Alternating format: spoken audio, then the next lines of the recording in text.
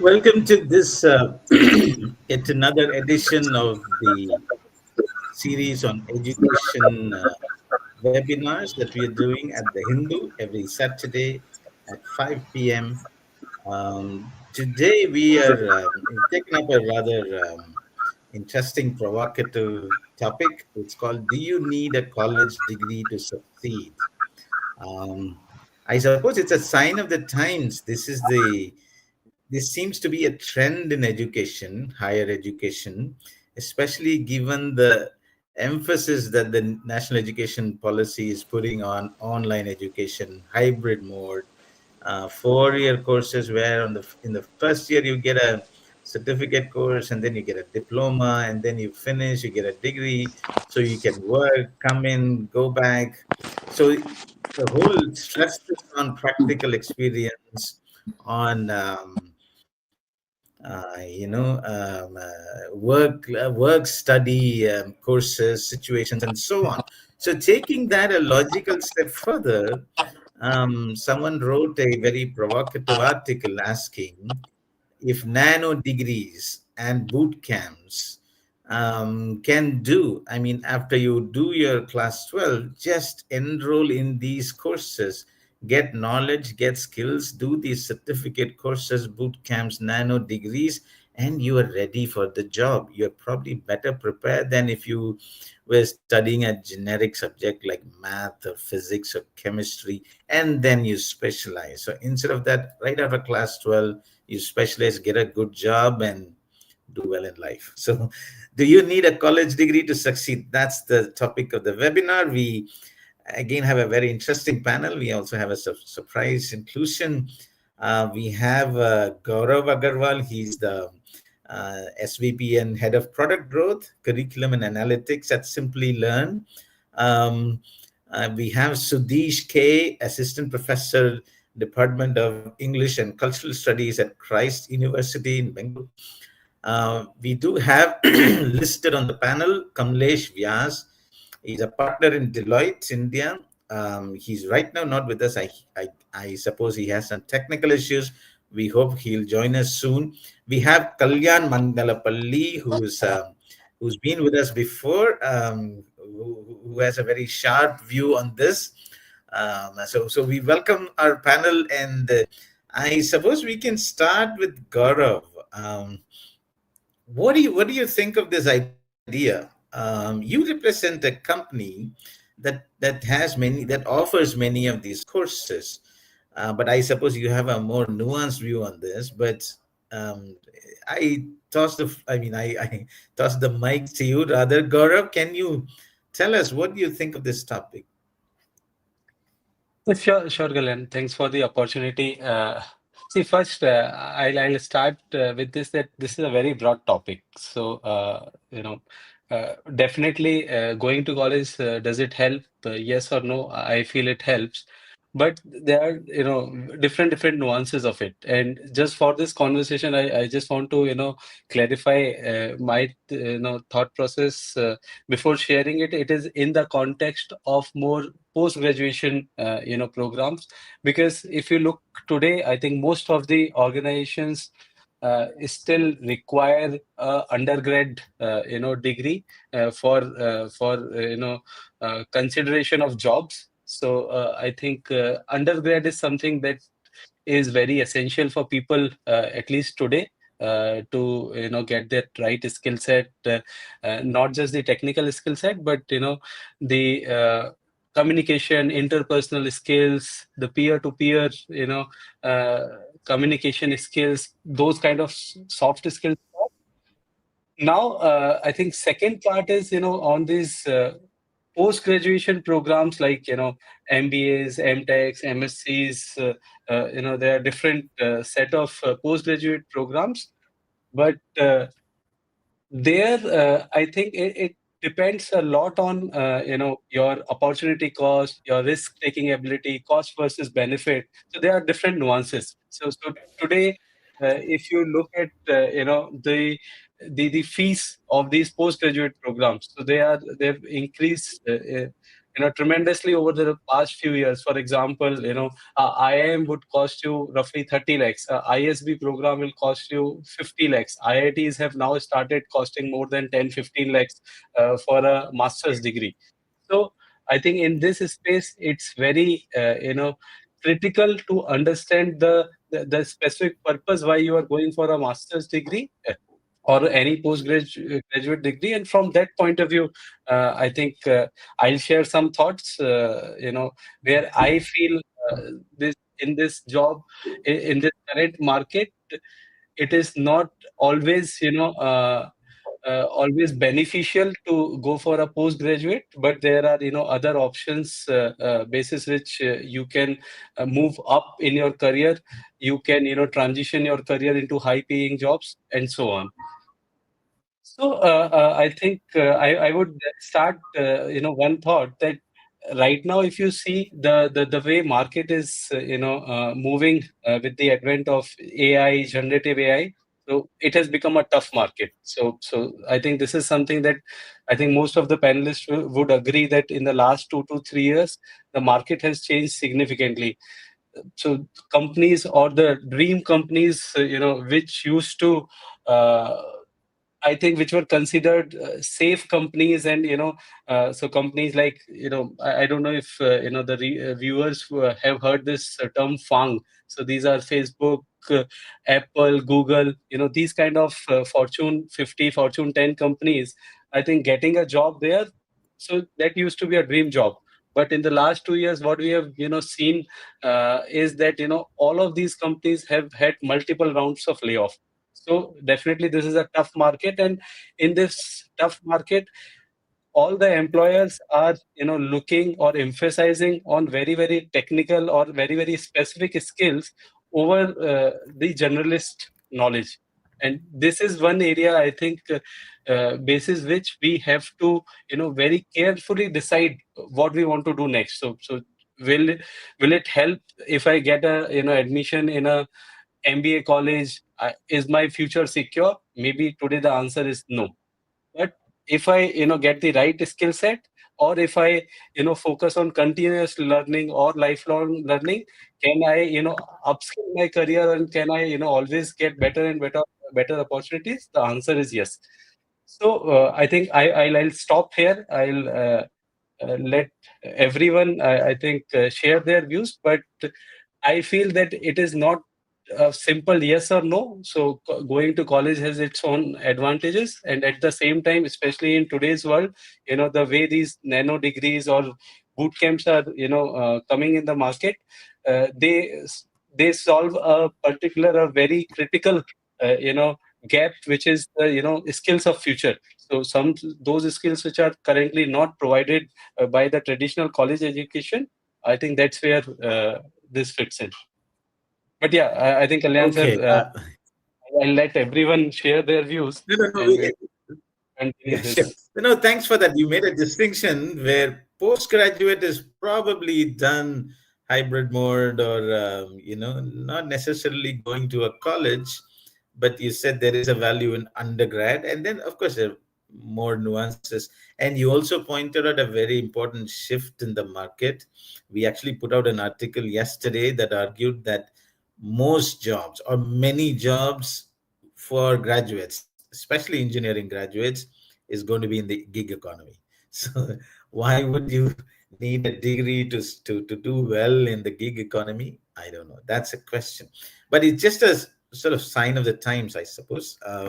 I now invite Kalyan Mangalapalli. He has a very sharp view, although he himself went to college and he took the traditional route, but he thinks things are very different now. Welcome, Kalyan. Yeah, thanks, Kalyan, and thanks for inviting me to this webinar. First of all, I think we need to start with some data here. When you look at, of course, what does success mean? If success in this context means a job, then I think what the data tells us is that there are close to about, I would say, 560 odd million jobs out there in India, out of which 90% are actually skill-based, which actually don't require you to go to college. The ones that are knowledge-based, the ones that we are mainly aware of, and we talk about it a lot, the ones in technology and others, they are only about 10%. I'm also counting lawyers and other knowledge-based jobs within that, which is about 4 to 5%. And but what's happening is across this across both the buckets, whether it's the knowledge-based jobs which are being impacted today by AI, by generative AI, like the other panelists spoke about, and other emerging technologies. On this side, the ones which are skill-based, they are actually being impacted by marketplace platforms. You have platforms like Urban Clap and several others, right?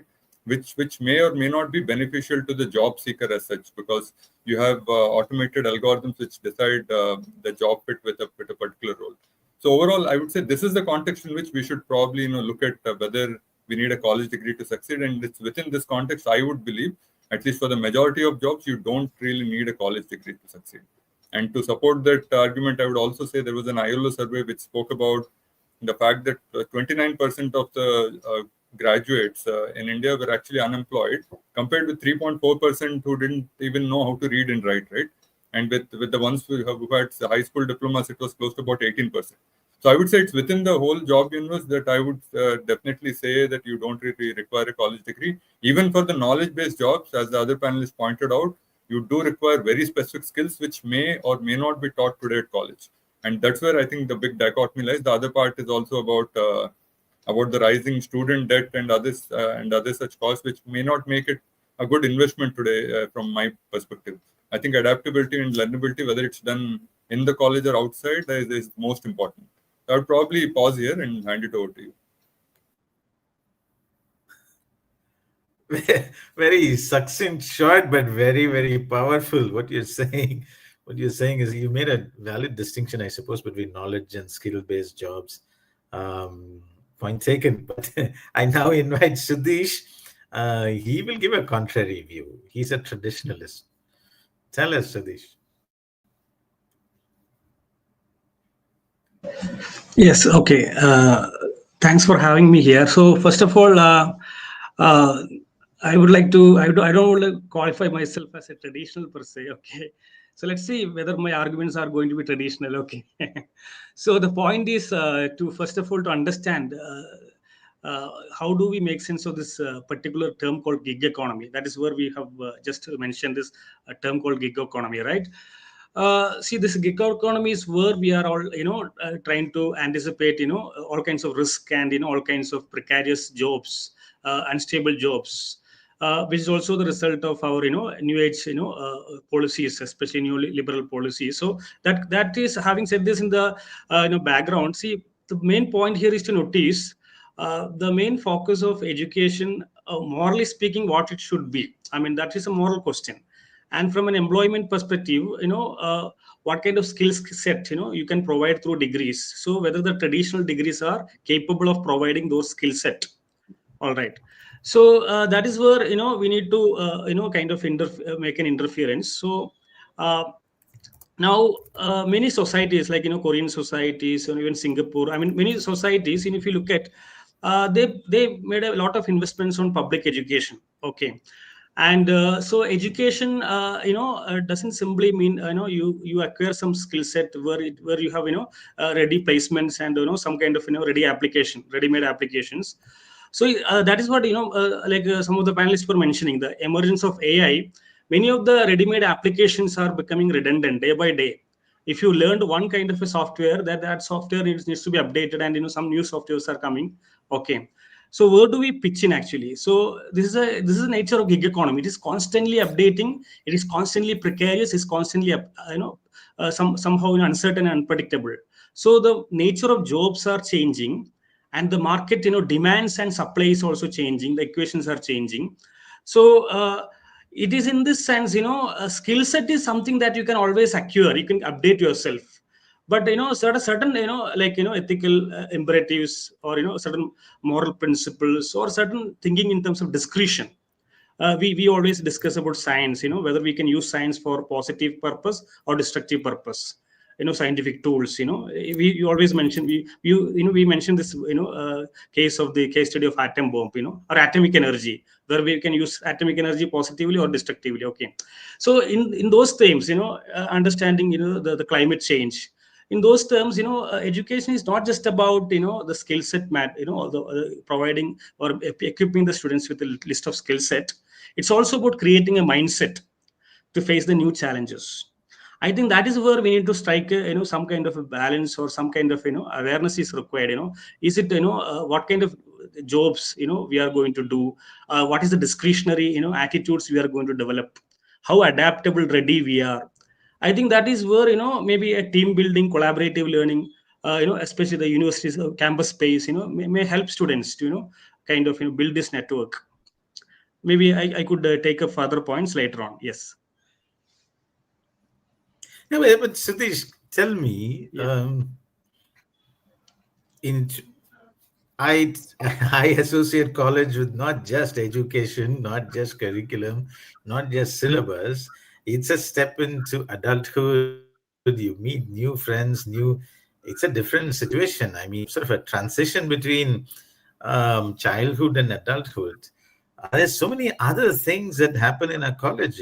I mean, you get a certain window into the world. You're interested in other things, the society.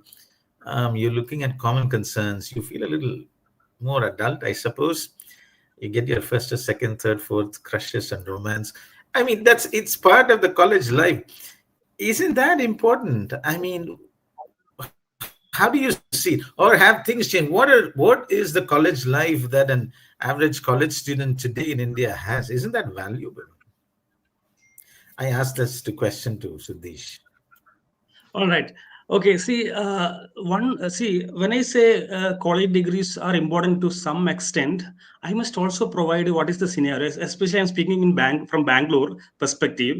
See, many of the private institutions or private colleges in Bangalore, and what you find there is this special focus on the skill set areas or the placement promises.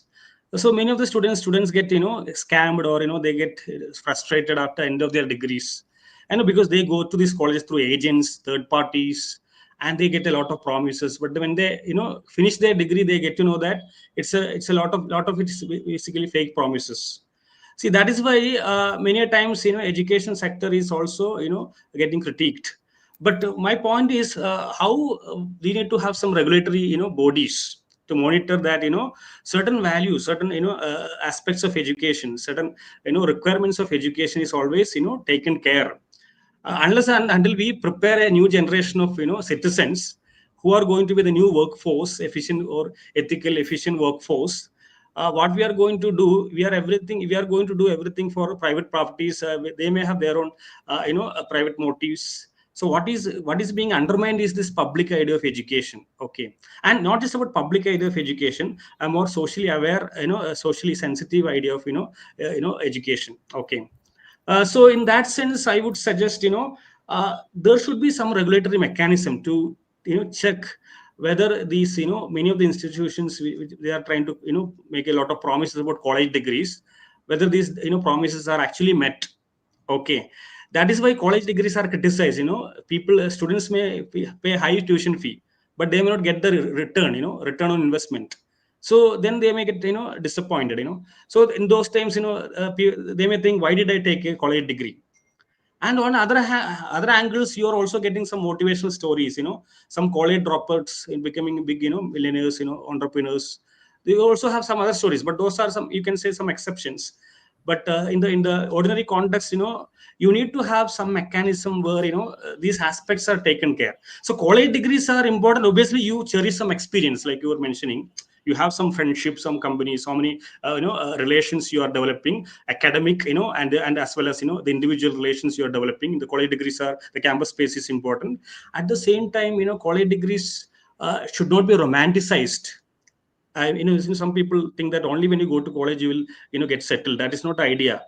If you have a good idea, startup idea, if you have a good entrepreneurial idea, you can definitely work outside the academia.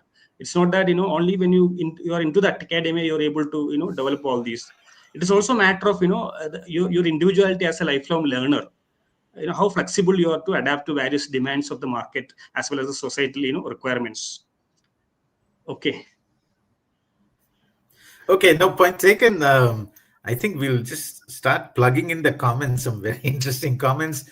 We start with Joy Mujumdar, who sort of, that's the first comment I saw, and it's very pithy and it's It's a bit of a disclaimer. He says we need a college degree so that we can do a wage slaving job for someone who's less educated than us. Okay. We'll move on. There are some very interesting questions. Someone's sharing their personal experiences. Afrana A. Okay, she's saying, "Hi, I am Afrana, a visual designer at Zoho. I finished my 12th grade and joined fashion designing at SRM, but I left the course after 3 months.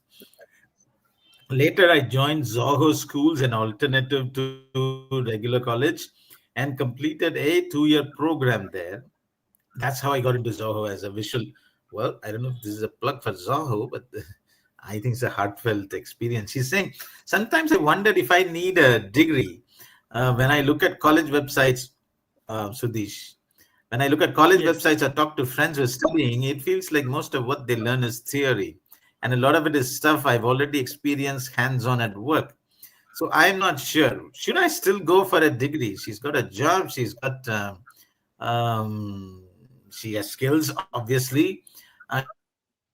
Should I still go for a degree? Would doing a correspondence degree make sense in my case? What do you think? I throw this out to all the panelists. What do you think Afrana should do? It's a case study, I think.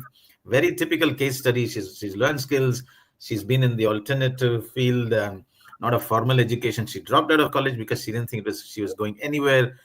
Now, this at the back of her head, she has this nagging worry. Well, I don't have a degree. Should I get one? Kalyan, why don't you go first?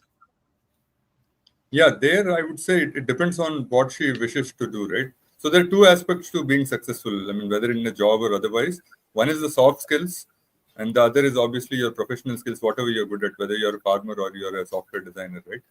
So I think on the soft skills side, you got to expose yourself to platforms outside of work, obviously, whether it's a college or whether it's a Toastmasters club or any other area where you can test your interpersonal skills and you can actually improve them.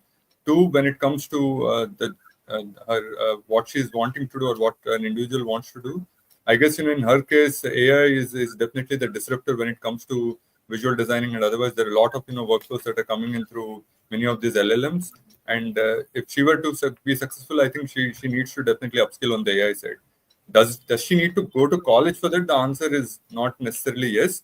But in case she wishes to maybe apply for an architect role somewhere, then maybe because the job demands a degree, maybe she might need to go to college. But otherwise, on the overall sense, I don't think one needs to go to college for this. I think what one needs to do is definitely upskill themselves, looking at the disruptions on their current job market, on what their skills are today, and also improve the interpersonal skills, because those can't be learned just on the job. Kalyan. Okay, well, Gaurav, what do you think? Specific to Afrana, what she's saying, would you advise her? Should she go back to college and get a formal degree? I think it depends on what her career aspirations are. But as I highlighted earlier, that even today most of the employers would need a undergrad degree for to consider anyone for a role in their organization. So I think from that perspective, sometimes at least a undergrad degree helps. And there are now different ways you can get a degree. So there are now distance learning degrees, online degrees which are available in the market. So you need not to go back to college, do a full-time in-house degree program, but you can do that while you are working in the industry. So I think from that point of view, degrees, at least some sort of undergrad degree, I would still prefer in today's world, is still relevant and required. While in terms of what to learn and what kind of degrees to go after right now, since there are a lot of available options, so it is no longer the traditional degrees that are only thing that were available, let's say 10 years back. So someone has to do either a mechanical, civil, electrical, electronic, computer science, or those fixed 8 to 10 streams. Now there are degrees in AI, there are degrees in data analytics, there are degrees in behavioral sciences. So I think she can look at those options, whatever interests her. So it is also not about going whatever is the trend. It's also about aligning that trend with whatever her personal interest is, and then go after it. Okay, so this what would you advise, Afrana? Yeah, see, to some extent, what I perceive, is something lacking in the formal education today. Many times they don't connect with the real, needs of the society or the market or the industry, emerging industry. So, see, the modules or the curriculum has to be redesigned actually. See, many times the curriculum is all about abstract ideas, very abstract, very, very, very idealistic ideas. So, somehow, when you simply, just, do this rote learning, you just do this rote learning and write everything for the exam. Now, students have every right to ask, what is the application part of all these? We got the certificate, we wrote all these, concepts or degree, I mean, we got all these ideas, but what is the application part? So, to a large extent, our NEP tried to, bring in some innovations, but within NEP, we need to have certain internal critiques as well. That is what I perceive. And second point I would like to add here is, now, formal degree, whether you want to go for formal degree because you learned more from your work experience. You see, that is also the idea of, gig economy or the micro credentials, the micro credential courses or nano degrees. The gig economy is an economy which promotes these, bite-sized learning modules, nano degrees or micro credentials.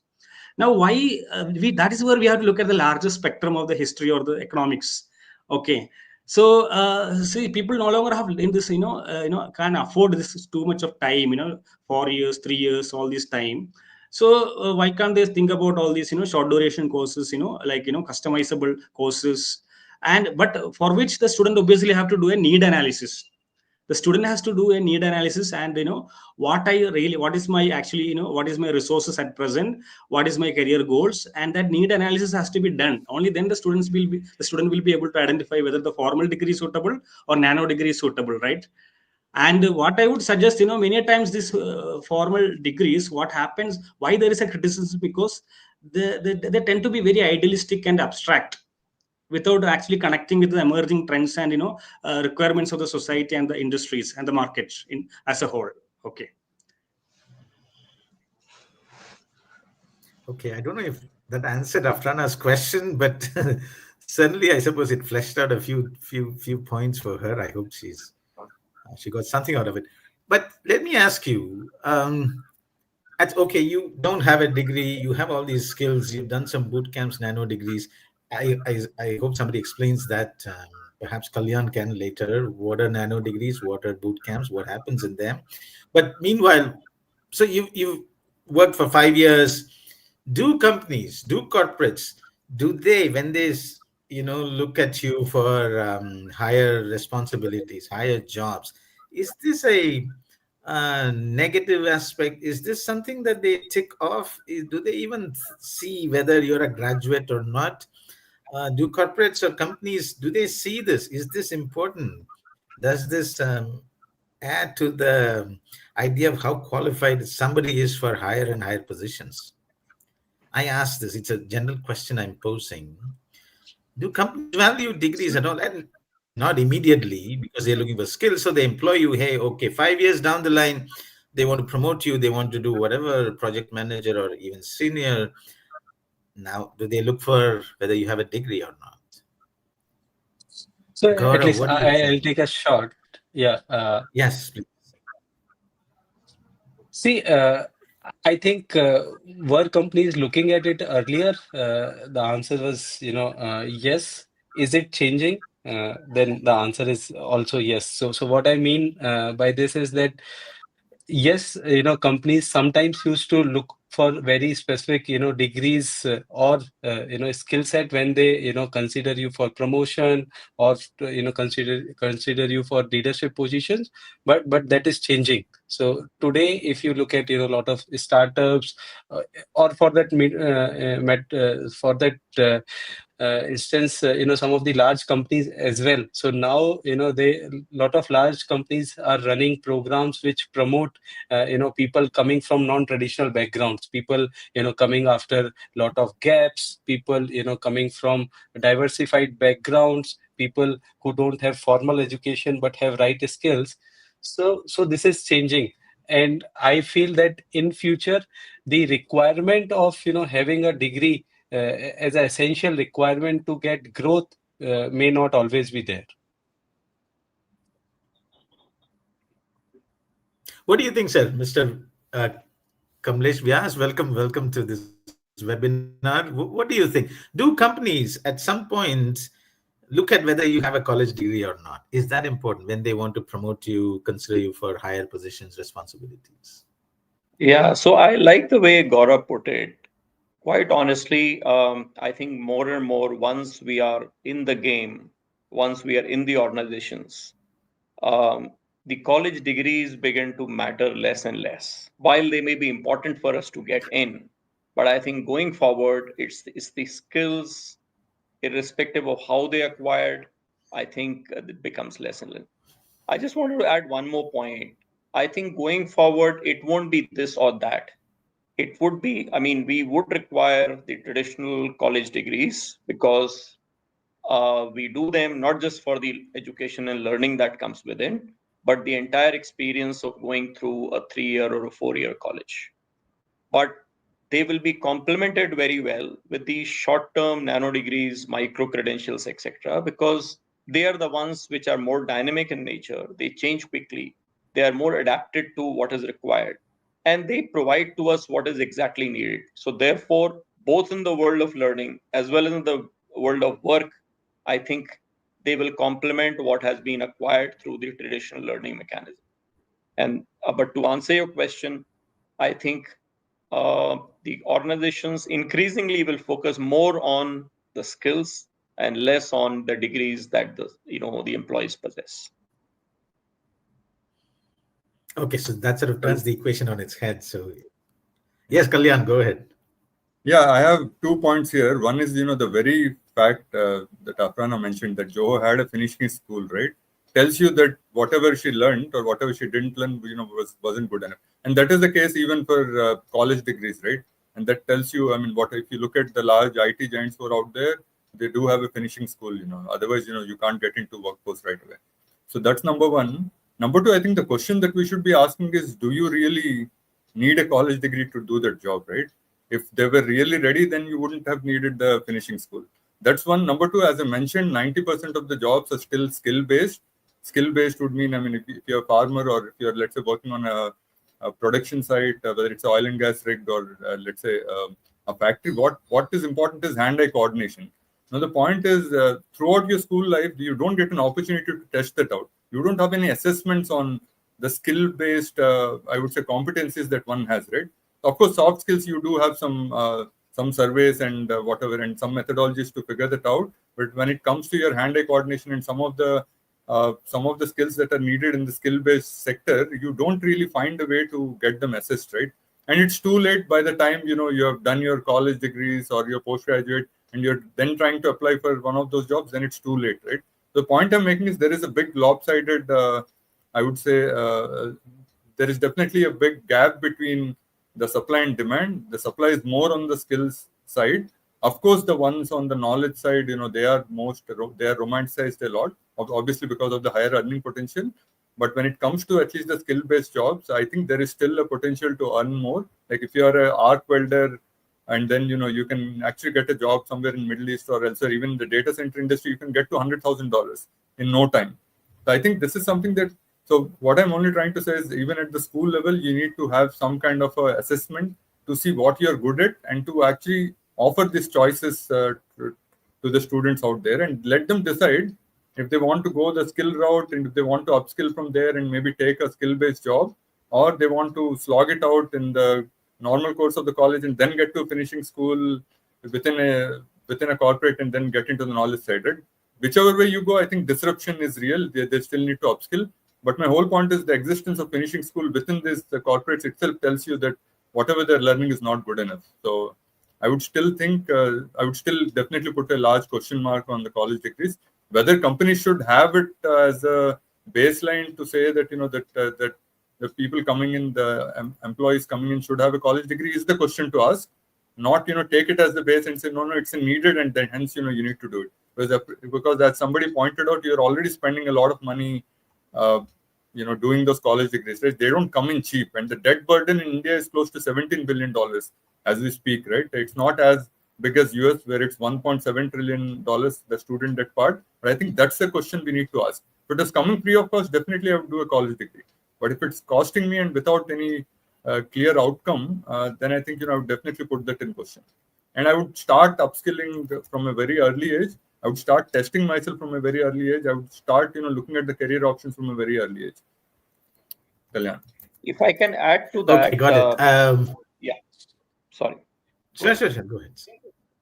I was going to sir. say that, on one hand, we are talking about how the workplace of work or the world of work requires a different sets of skills and therefore different sets of, credentials. But on the other hand, we also find that the world of education is changing by itself. So it recognizes that the world of work is no longer the same as it used to be several centuries ago or even 50 years back.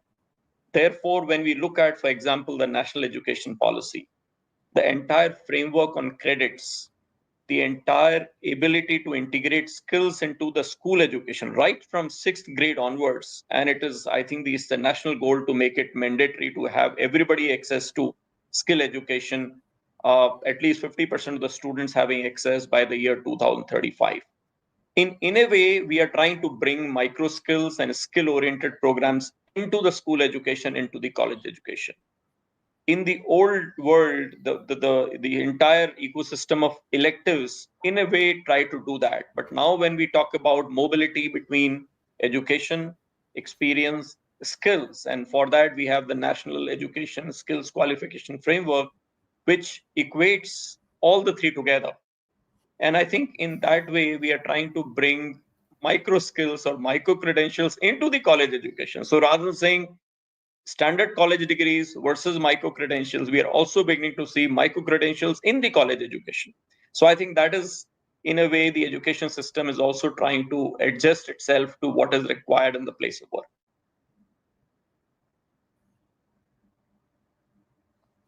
Okay. Tihor Saab, he has a very typical, his experience is rather quite typical. I'm a mechanical engineer, worked in Infosys as design engineer CAD, computer-aided design for a year, then tried my luck in UPSC for a few years.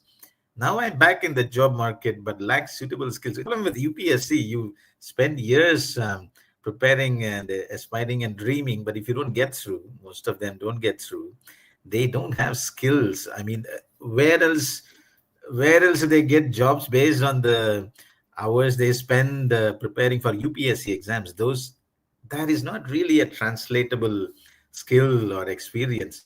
I may be wrong, but that's a general thing. But that's probably a subject for a separate webinar. But what he's saying is, he's asking, can you suggest some skill sets I can look out to get a job? I am not good in coding. He's a mechanical engineer. He's saying he's not good in coding. He did CAD. I have a quick answer What for should he him. do? I have a very quick answer to him. Of course, as you rightly mentioned, it is a separate debate altogether. When somebody goes through those 3-4 cycles of UPSC selections, I think one thing they acquire very well is a vast variety of deep knowledge. And therefore, I have seen a lot of people who've gone through that experience and unfortunately not made it to UPSC take on roles like public policy because they have a very wide understanding of several interdisciplinary areas. Not sure how mechanical engineering combines with public policy kind of careers, but those are areas where some of these skills, some of that knowledge that has been acquired through that rigorous preparation can be put to use. So what should he do? That's an interesting take, that they acquire vast and wide knowledge. Now, what else should he do to get a job, leveraging that knowledge that he has gained over so many years?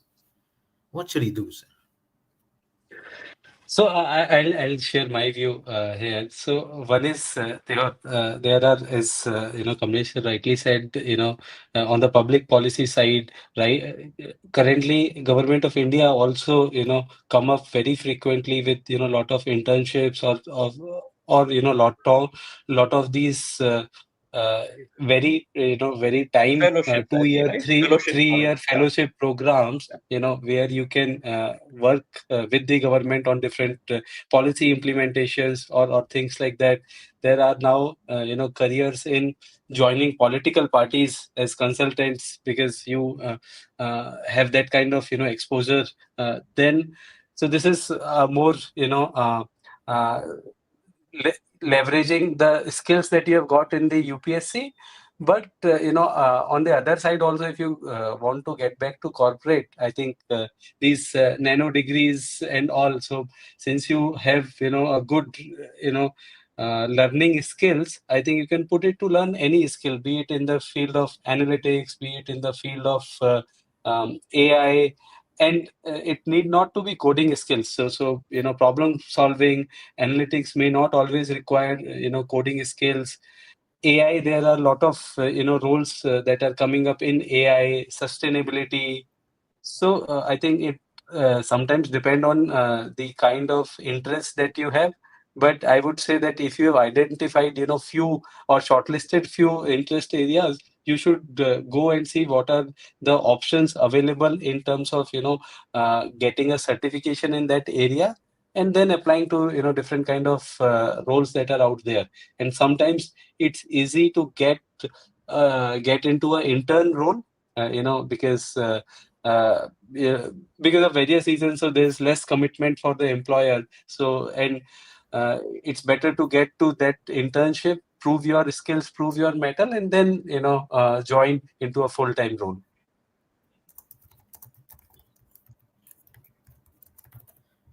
Kalyan, I have a quick answer Okay, I there. hope you.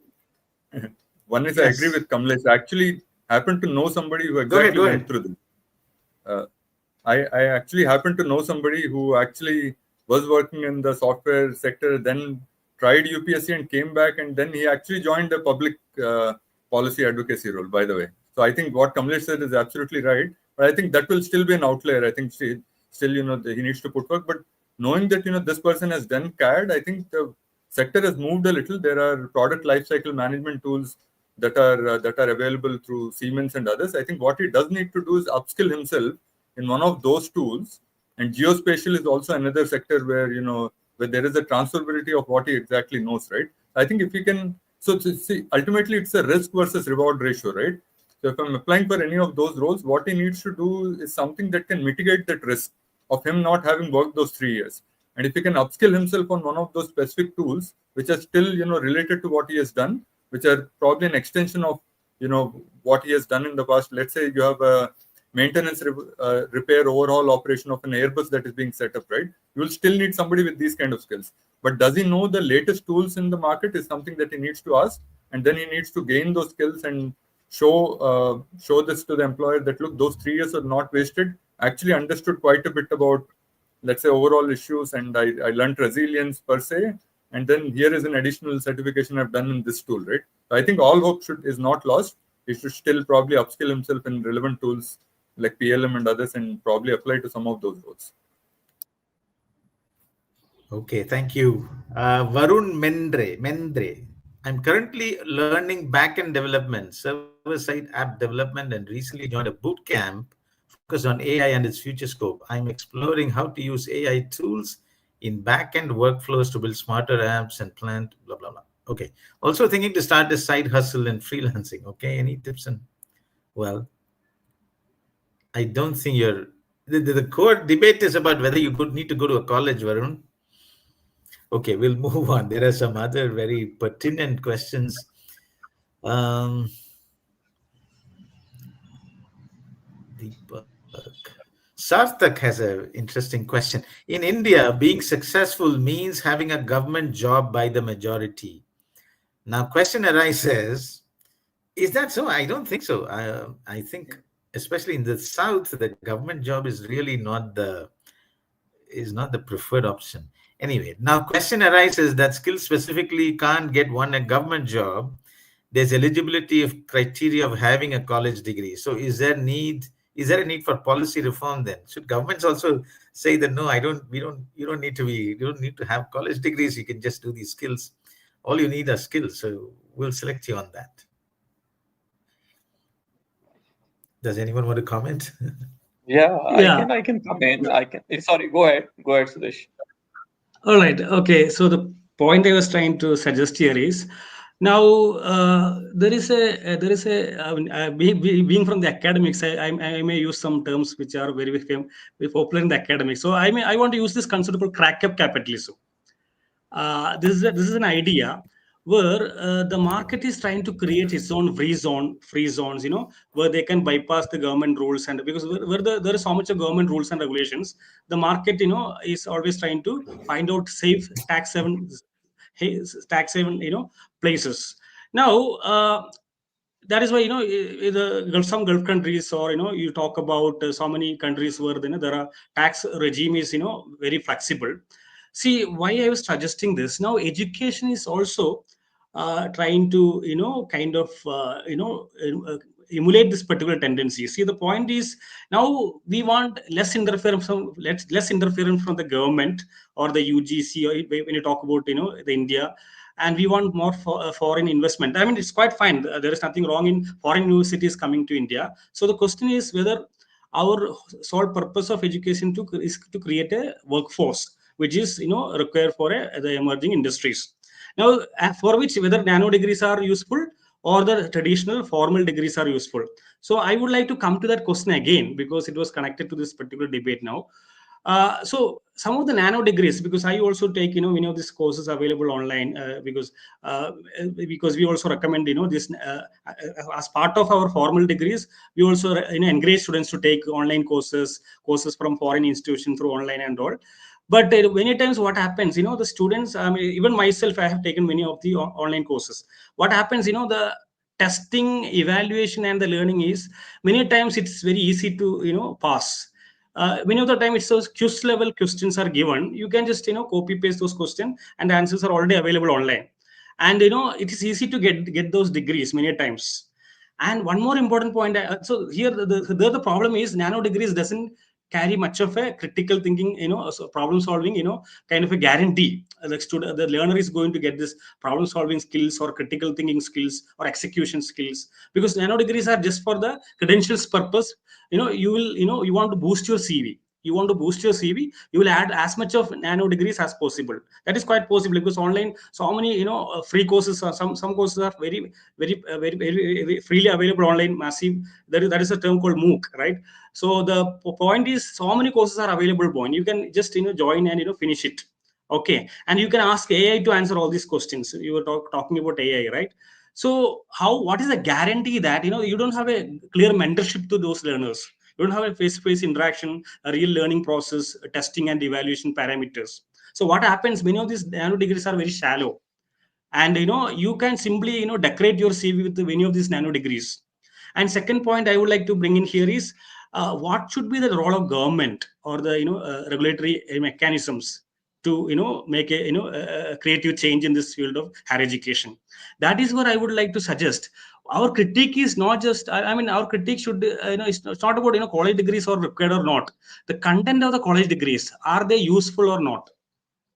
If you make the college degree useful, there are already the majority of the people, students or parents are preferring the regular college degrees. There is no doubt about it. If you look at the percentage statistics, the majority of the people are looking for college degrees. They don't say as soon as you complete your 10th standard you go for some online degree and then finish up everything.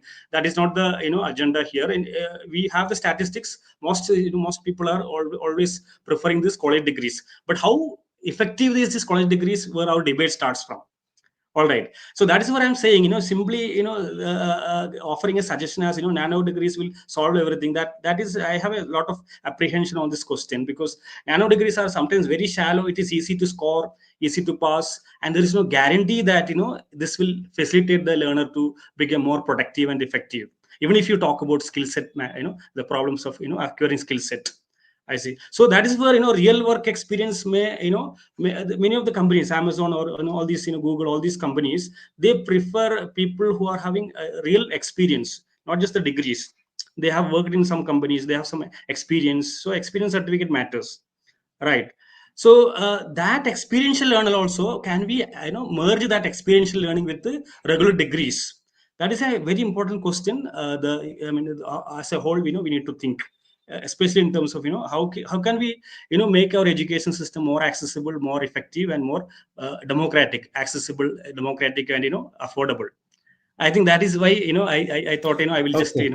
bring these points again. Yeah. Sure. Can I add to that, Kalyan? Yes, sir. Go Yeah, ahead. yeah, sure, Yes, sir. sure. Yeah. So Sudhish, just to add to what my colleague mentioned here, and I go back to the question, and it is true that in some parts of North India, Central India, and East India, government jobs are, considered as a premier or preferred career choices. And as my colleague mentioned, it's increasingly being seen as the first choice in Southern and Western India. And the fact that governments normally hire for knowledge rather than skills. And in a lot of ways, this is not a selection system, but a system of screening out those so that you have a limited number to be selected from. And for all those reasons, I think for quite some time, the government focus on college degrees and uh, basically assessing for knowledge rather than skills will continue. Having said that, I think in specialized roles within the government, which are technical or technocrat kind of roles, I think increasingly both micro degrees, micro credentials, micro masters, as well as experience will increasingly become more and more relevant. So I think while we are not there yet, but in due course of time, they will also find, and as there is a regulatory mechanism to even have reliability on some of these other credentials, they will also enter the mechanism of assessment for government jobs. Interesting, sir. But in your experience, are recruiters, what can I say? Don't recruiters really have they stopped looking at the college degree as a requirement? I won't say totally. I think increasingly because it's the most reliable and the easy approach to say, okay, the requirement is a graduate or a postgraduate degree. It's the easiest form of assessment. You don't have to bother too much about anything else. So I think it continues to be at some level and different degrees, even in the private sector jobs, one of the parameters through which at least the initial screening gets done. This may be followed by a separate examination or hands-on, skills assessment, etc. But I think as a first cut, as a screening mechanism, it continues to be used, I think, for a large number of both private and definitely government jobs. Interesting. What do you say, Kalyan? First of all, there are only very few government jobs, right? And those also continue to dwindle. Not just governments. He's saying private recruiters also, for them, Yeah, it's yeah. No. one I was method of going back screening. to the earlier question, which is, there are only about 14 million odd jobs out there which are government jobs, which are only 2% of the 580 million jobs in the universe, right? So, and obviously, as Kamlesh mentioned, it's more it's not about selection. It's about, picking those people away, and the selection percentage is what, some 1% or whatever. So I wouldn't put all my eggs in one basket, right? Because there are obviously a lot of other motivated and qualified applicants in the same pool. I would probably try it once. If not, I think I will have to move on. This whole romanticization of UPSC saying I'll try for 6 attempts and saying, wearing that on the sleeve and saying, oh, this is my 6th attempt, is probably, I think we have romanticized it beyond a certain point, right? I think that has to stop. One has to assess themselves and say, look, I've done my best. And if not, I should have some transferable skills that can transfer into the job market. That was number one. Number two, as Kamlesh mentioned, I think increasingly people are just following the status for the companies, and they're asking for obviously the graduate degrees. But I guess, it all depends on whether you're a service company or you're a product company, right? If I am a startup, let's say, and I need a particular skill, let's say on IoT, and if I have somebody who's worked on an Arduino board in his school, and if he or she can show projects that they've done, right, I would rather hire them than hire a engineer who doesn't have any practical experience.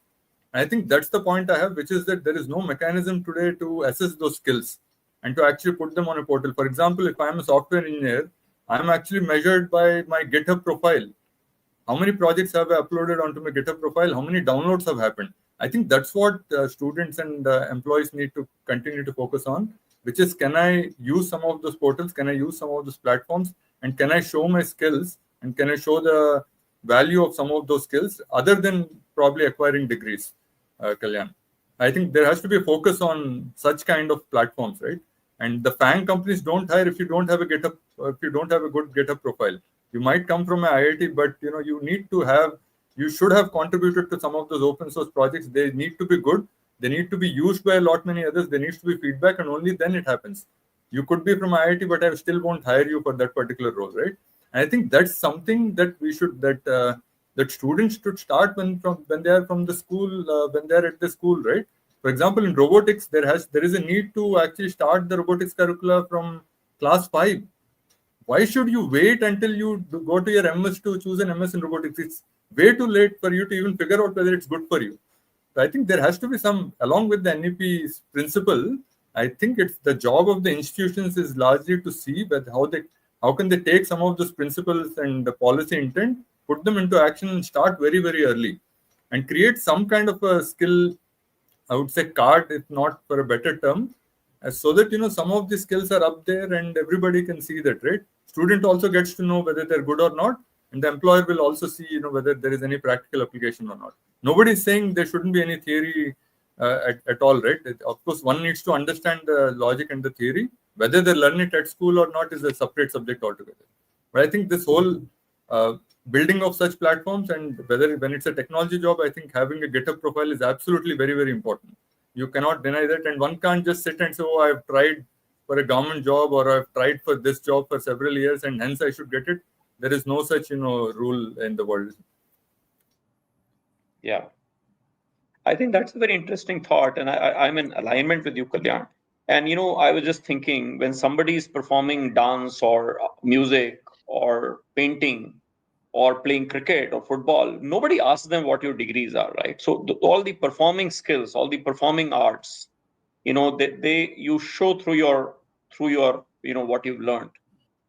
In some way, at some stage, our different skills, let's say software skills, or those will also need to become like performing arts or performing knowledge. And I think to that, we need some kind of a mechanism where, irrespective of how you learned, there is a gated, outgate mechanism wherein you can demonstrate your skill there and you can get a certificate, a degree, a micro credential, almost like a recognition of prior learning. We don't care. You learned it at home, you learned with your friends, you learned in a college, whichever we learned it, you demonstrate that particular skill, and there is a reliable mechanism which everybody trusts, and we can give you a kind of a credential. I think once we reach that stage, less and less, I think, more and more, we'll begin to see skills rather than degrees. And the schools and colleges will need to either become redundant or they'll need to reform themselves to align to this approach to having the outcome rather than having gone through the process, is the way I see this. Okay. The audience, those who are watching, are having their own discussion, and Bengaluru Hudugai has got a piece of advice for Tihor, who's a mechanical engineer who didn't get through to IAS. He's saying HR is a good option, but you will need to supplement with micro learning and network actively to get a foot in the door. I'm flashing this just to get a sense of this space.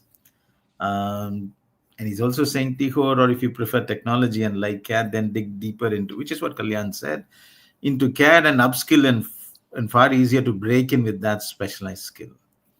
Okay, several options for him. Just an interesting aside, he could consider journalism too. Many journalists are failed IAS aspirants. What else? We had some more interesting questions.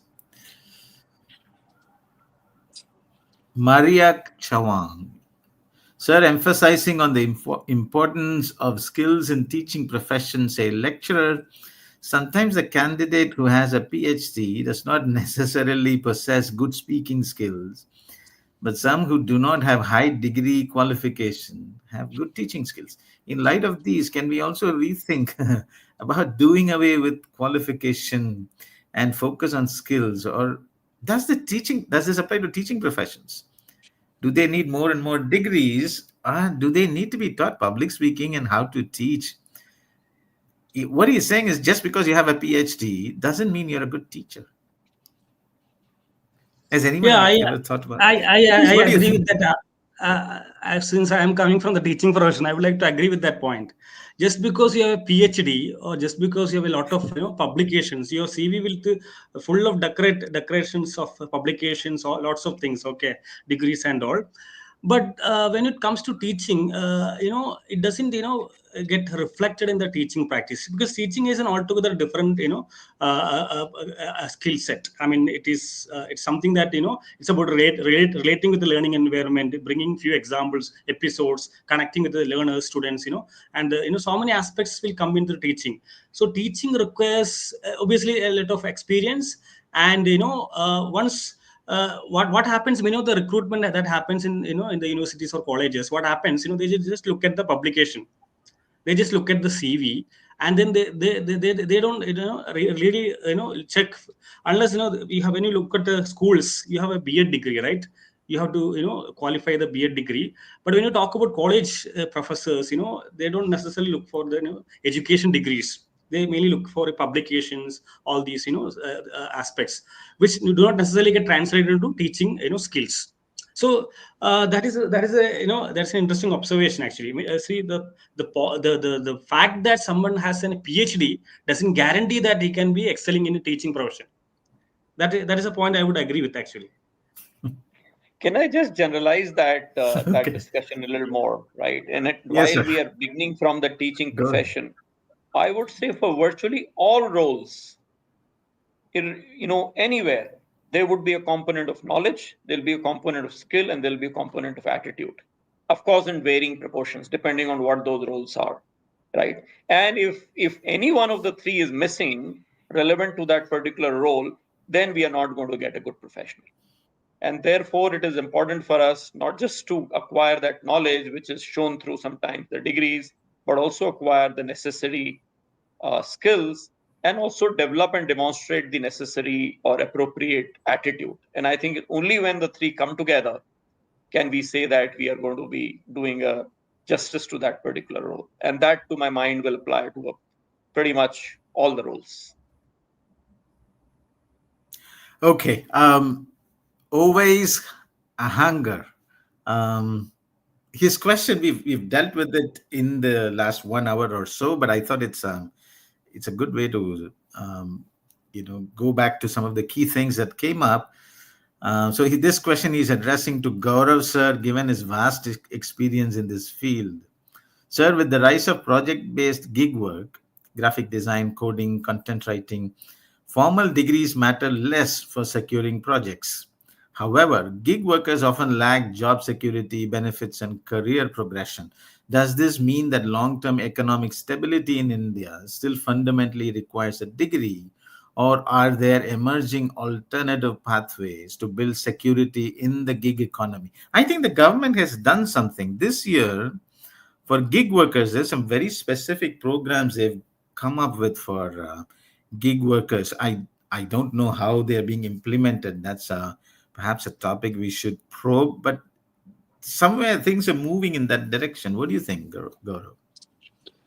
So there are a couple of things in this question. So one, on the stability of gig workers. So as you rightly said, I think government is also coming up with a lot of modifications in the labor laws. So I think the definition of a worker or a permanent employee was very different earlier, and now with this gig economy, I think it is changing, and government is also realizing it and working on it.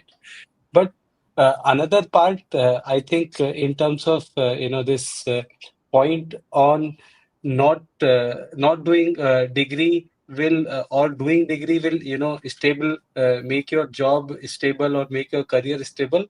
I don't believe it, and you can see it around you. So lot of companies in the last 2 years, and I'm talking about some of the world's largest companies, have done multiple rounds of layoff, and I think 99% of the employees they today employ are having all kind of great degrees, not just degrees. I think degrees from some of the world's top institutions. So having a degree may be necessity or maybe a prerequisite for some of these jobs, but it is not the sufficient requirement. So what I mean is that those people, or all of us, still needs to upskill ourselves, still needs to continue to learn the skills of the future. And what are the skills of the future? I think they vary basis the profession that anyone is,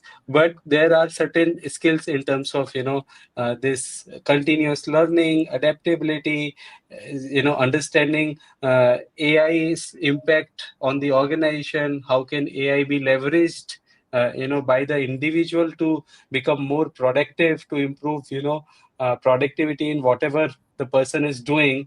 So I think those are the kind of skills, if they are there, I think that can only give you that sense of confidence, that you will move upward in your career, rather than securing something for one time and feeling that my life is set. So that is no longer there, because earlier the same thought was there when people used to get into the large companies. They feel that my job is secure, which is not the case today.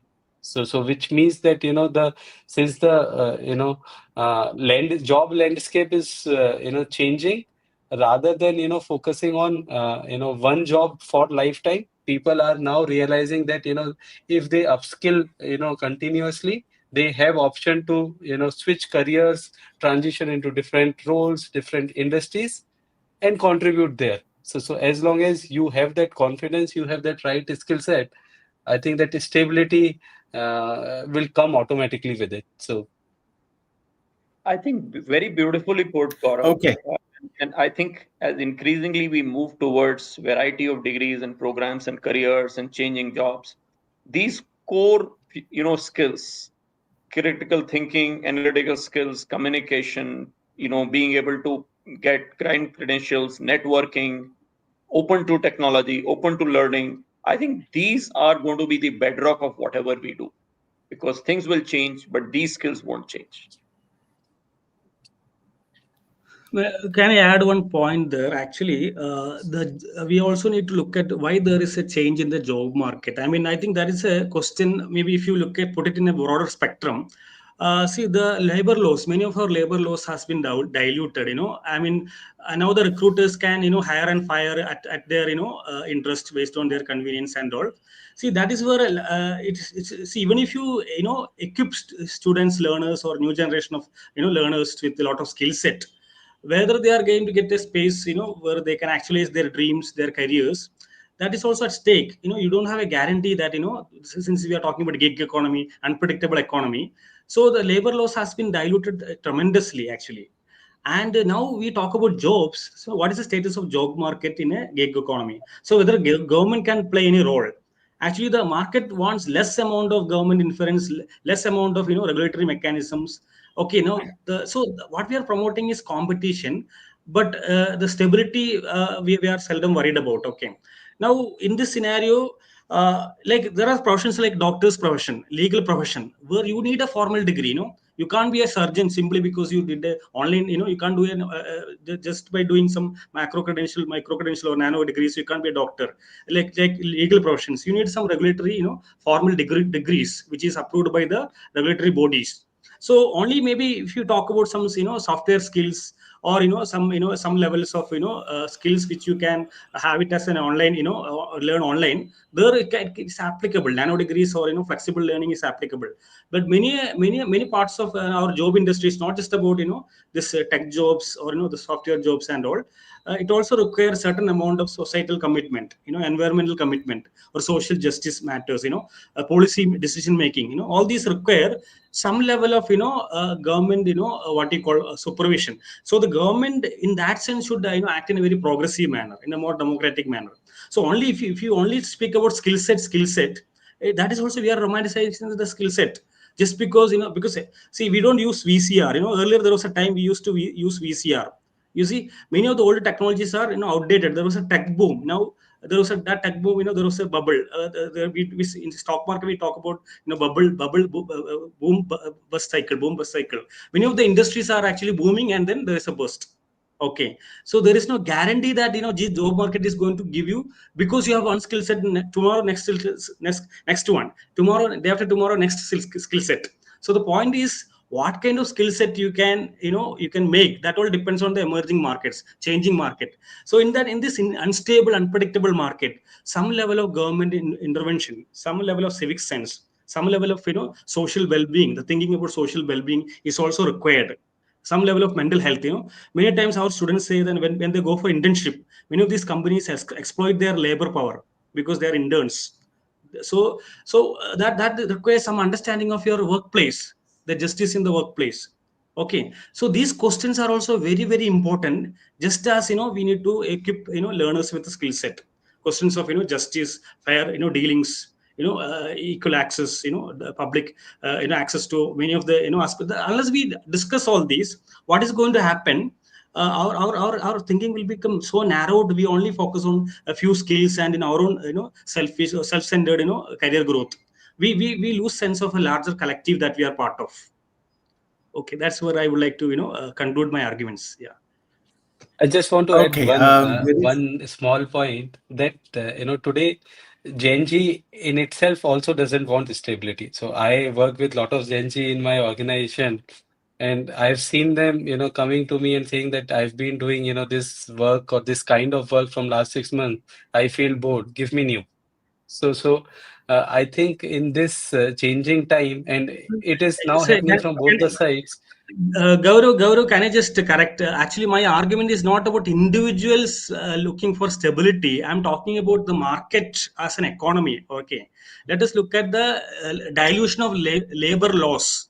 Let us look at the dilution of labor laws, the aggressive hire and fire policies, and very bad treatment of the employees. Okay, and aggressive profit motive. Unless we also need to address these matters. There should be legal mechanism, redressal mechanisms, regulatory bodies. That is also something to be strengthened, is one idea I would like to add. I mean, I'm not talking about individual always have a choice.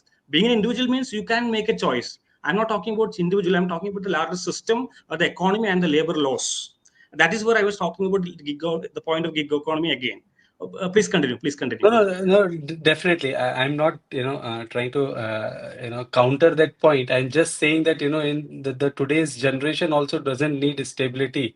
And from that point of view, I'm saying that, it works on both the sides. So if you don't need stability, the employer also want you to be very flexible, learn, the ever-changing skill set, the technologies, tools, and be ready with it. If you are not ready with future skills, if you don't have that, obviously you will be replaceable.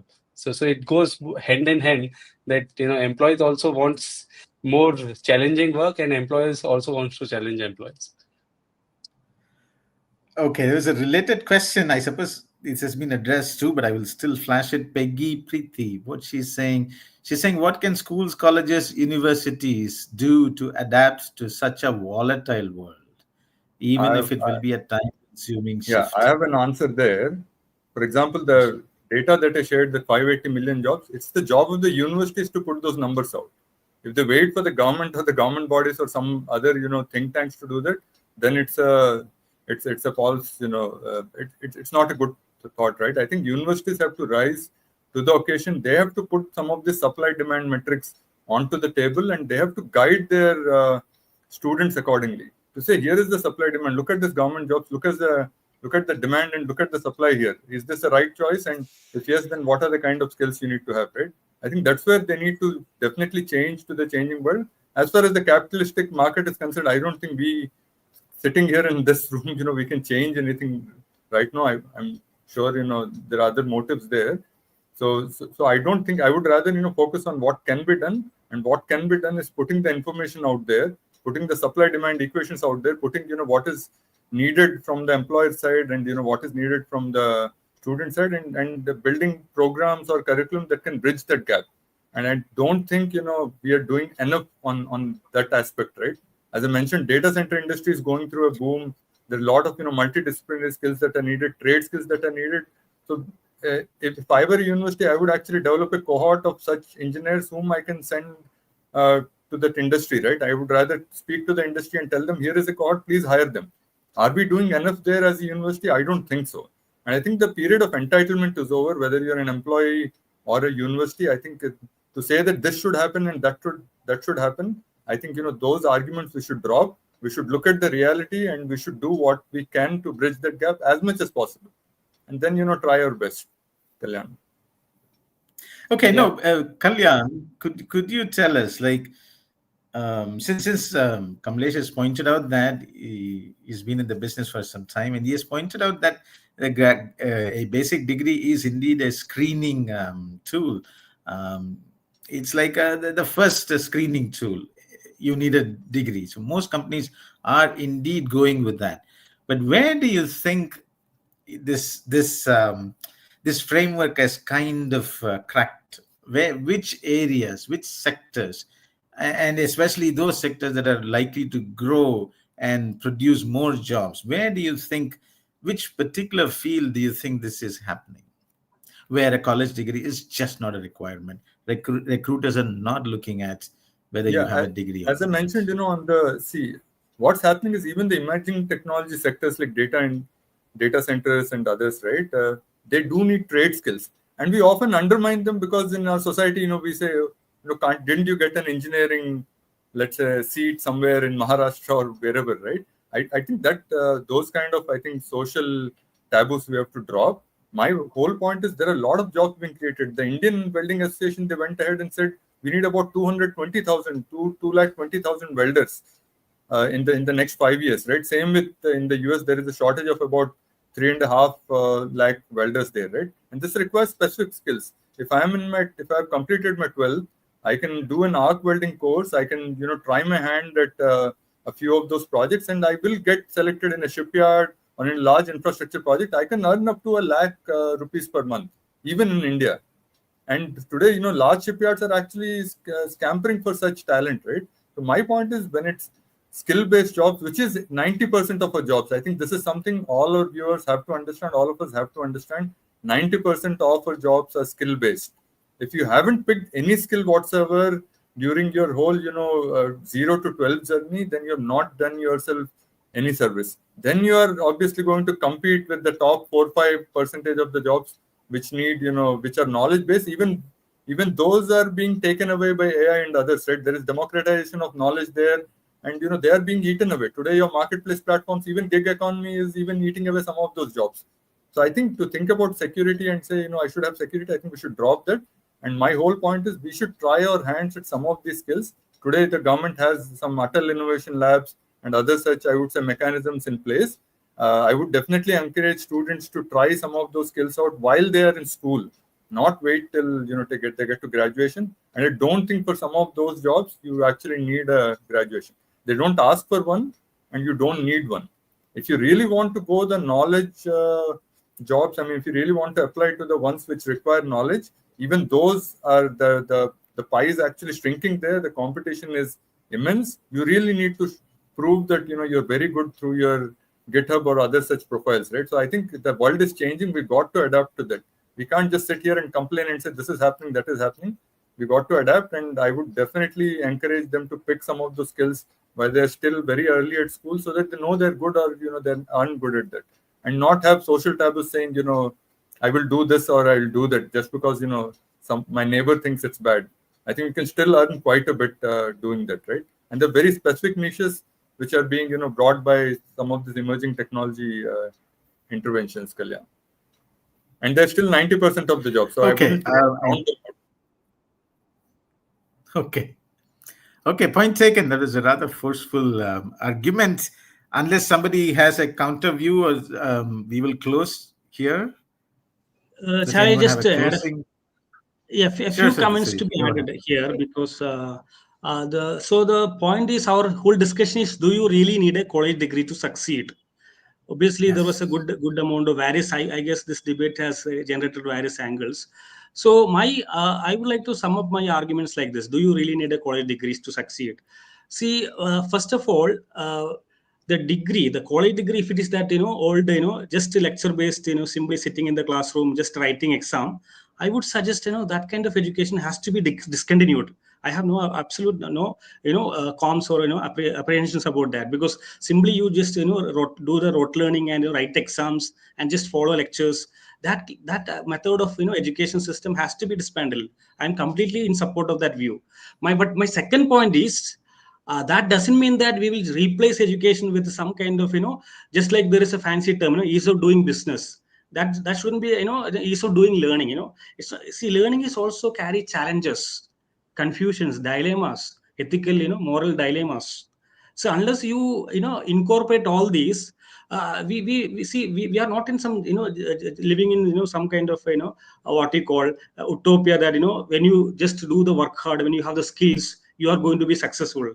There is no guarantee, because our society and our market has become that much unpredictable, and there is a lot of stressful events happening. So just because you have some skill set doesn't guarantee that you are going to be successful. So college degree should be equipping students to obviously to incorporate skill set, and then some level of experiential learning, doing internship, encouraging startups. Plus college degree also should inculcate the civic sense, the engagement with society, and the societal what we call progress, questions of democracy. I mean, these are questions sometimes we think that is less important. We give more importance to immediate skill set, but importance is there. So just because you have a skill, you don't use it wisely. So you have a skill, and you know the where to you have to use it in a very progressive way, and then you achieve your target. Then there is some kind of a fulfillment, spiritual or individual fulfillment. You do something, and you are also benefiting, and others are also benefiting. But then many times what happens, it's all about your career. You do whatever you want, you just focus on your. So that narrowing of the human mind is a very very very risky what you call transition, which is the byproduct of this gig economy. Okay, that is, I would like to repeat that point. So education is not just about that skill set, and then there is a job market waiting for you. Obviously job market is evolving, but along with the skill set, how equipped you are to face the various challenges of the workplace, of the requirements of the societal challenges, whatever we call it, the questions of whether we our work the work that we do is fulfilling our dreams, or it's empowering us. So these questions, questions of self-empowerment, questions of social well-being is also very, very important. I would like to stress that point once again. That's all. Okay. Okay, point taken about life skills, critical thinking, broader aspects, which college education is supposed to give, but we are stressing that skills should be core to the education in colleges too. That's one takeaway from this discussion. We have completely run out of time. We are quite over. We have 25 minutes past 6. We have to close this discussion now, but it was very enlightening, very, very insightful. I thank all the participants, all the panelists, as well as all those who asked those wonderful questions. Thank you. And until we see you next week at the same time for another webinar, education webinar by the Hindu. Thank you.